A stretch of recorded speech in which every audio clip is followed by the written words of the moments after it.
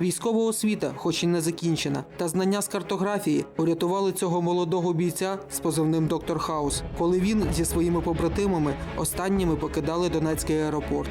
22-річного Володимира війна застала на Майдані. Саме звідти, добровольцем, він пішов у 90-й окремий батальйон високомобільних десантних військ.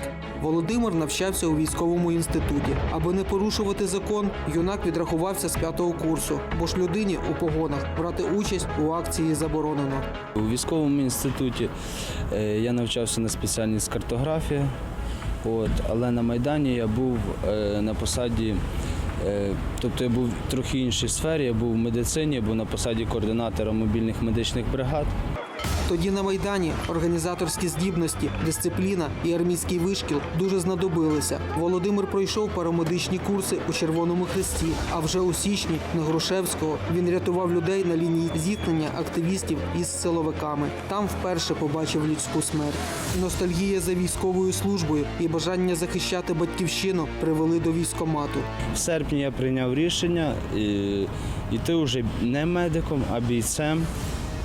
Тобто брати в руки зброю, і пішов добровольцем в 95-ту аеромобільну бригаду. З 19 січня хлопець захищав Донецький аеропорт. В 6 тримали оборону обваленої диспетчерської вежі. Ворожі снайпери, артилерія та танки не давали можливості перепочити. Нас було поділено наш цей комплекс диспетчерська вежа на 2 пости по 3 чоловіки. Там і спали, там і їли. Ну як їли? Їли те, що доводилось десь знаходити, бо ми з собою нічого не вдалося нам провести. Будівлі литовища все більше нагадували друшляк. Наші опорні пункти були майже знищені. Російські окупанти підходили все ближче. Їхні гранатометники знахабніли і вели вогонь з відстані 700 метрів. Рятувала протикумулятивна сітка. Одна з таких, до речі, гранат і контузила мене. В той час я заряджав магазин від свого автомата під барикадою, сидів під мішками. А пощастило, що в нас захисна сітка була, і ця граната здетонувала до цієї сітки, і пощастило, що кумулятивний заряд, що тільки приглушило.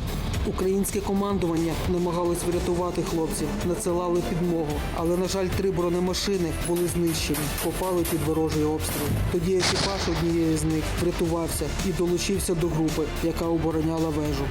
Плюс 3 чоловіка, тільки тих 3 чоловіка були поранені. Обпечені, в осколках. Звичайно, я їм одразу надав допомогу. Хлопці розуміли, що підмога не дійде. Подзвонили рідним, попрощалися. Тоді, коли вже ніхто не вірив у диво, Володимир згадав про свої знання з картографії. Хотілося жити, просто хотіли жити і все. Туди-сюди, я кажу, хлопці, десь була карта, дайте я хоч подивлюсь на ту карту.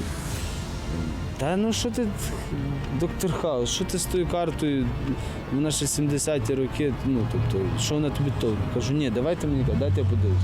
Там же ж все одно математична основа, вона ж не міняється, будівля я міг і на телефоні подивитися. Взявши ту карту, я сів, подивився, вивчив відстані, що де знаходиться, які населені пункти. Бійці ввели противника в оману. За підтримки артилерії під прикриттям українських градів вийшли на найбільш безпечний маршрут. Ми вибігли, вже метрів, я не знаю, 150-200 може, не пам'ятаю. Вже теж почули, вже свистять пулі в спину, а це ще з пораненими, болото по коліна. Ми всі попадали повзком. Так само, потім ще мінний обстріл, так само від міну рятували ті ж самі раніше, які були зроблені мінами воронки.